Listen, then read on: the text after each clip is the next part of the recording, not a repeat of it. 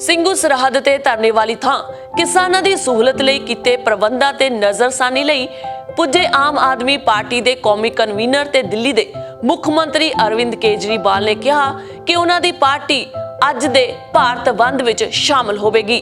ਕੇਜਰੀਵਾਲ ਨੇ ਕਿਹਾ ਕਿ ਕੇਂਦਰ ਸਰਕਾਰ ਨੇ ਦਿੱਲੀ ਦੇ ਸਟੇਡੀਅਮ ਨੂੰ ਅਸਥਾਈ ਜੇਲ੍ਹਾਂ 'ਚ ਤਬਦੀਲ ਕਰਨ ਲਈ ਉਹਨਾਂ ਤੇ ਖਾਸਾ ਦਬਾਅ ਪਾਇਆ ਸੀ, ਪਰ ਉਹਨਾਂ ਆਪਣੀ ਜ਼ਮੀਰ ਦੀ ਆਵਾਜ਼ ਸੁਣੀ।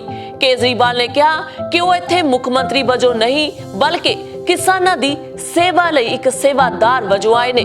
ਕੇਜਰੀਵਾਲ ਦੀ ਇਸ ਸੰਕੇਤ ਫੇਰੀ ਮੌਕੇ ਉਪ ਮੁੱਖ ਮੰਤਰੀ ਮਨੀਸ਼ ਸਿਸੋਦੀਆ, कैप्टन मंत्री सतेंद्र जैन, राजेंद्र पाल गौतम ते इमरान हुसैन भी मौजूद सन।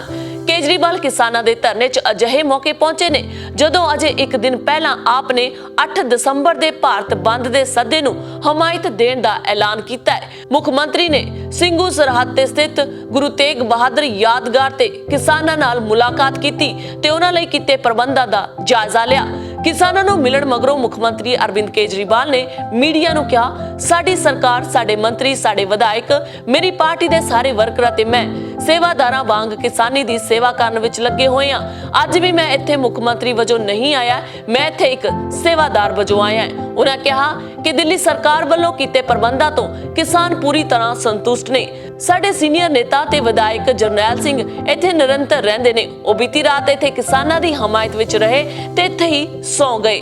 साडे सारे वलंटियर वर्कर ते अधिकारी किसानां दी सेवा विच लगे हुए ने। केजरीवाल ने कहा कि केंद्र सरकार ने दिल्ली विच अस्थाई जेलां बनाउण लई स्टेडियम दी मंग कीती सी ते इस लई दबाव भी पाया गया सी। मुद्दा और किसानों का जो संघर्ष है वो बिल्कुल जायज है।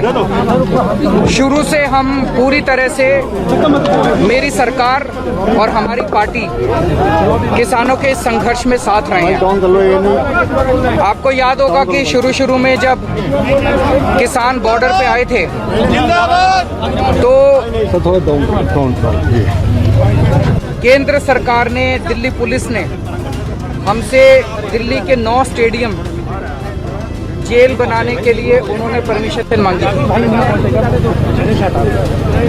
उस टाइम मेरे ऊपर बहुत दबाव डाला गया, चारों तरफ से कई फोन आए, खूब दबाव बनाया गया कि किसी तरह से हम परमिशन दे दें। उनका पूरा प्लान था कि किसानों को दिल्ली आने देंगे और फिर उनको वहाँ से पकड़ के उनको स्टेडियम में डाल देंगे और स्टेडियम में पड़े रहेंगे। लेकिन हम लोगों ने उनकी बात नहीं सुनी, उनको परमिशन नहीं दी और मैं समझता हूँ इससे आंदोलन को मदद मिली।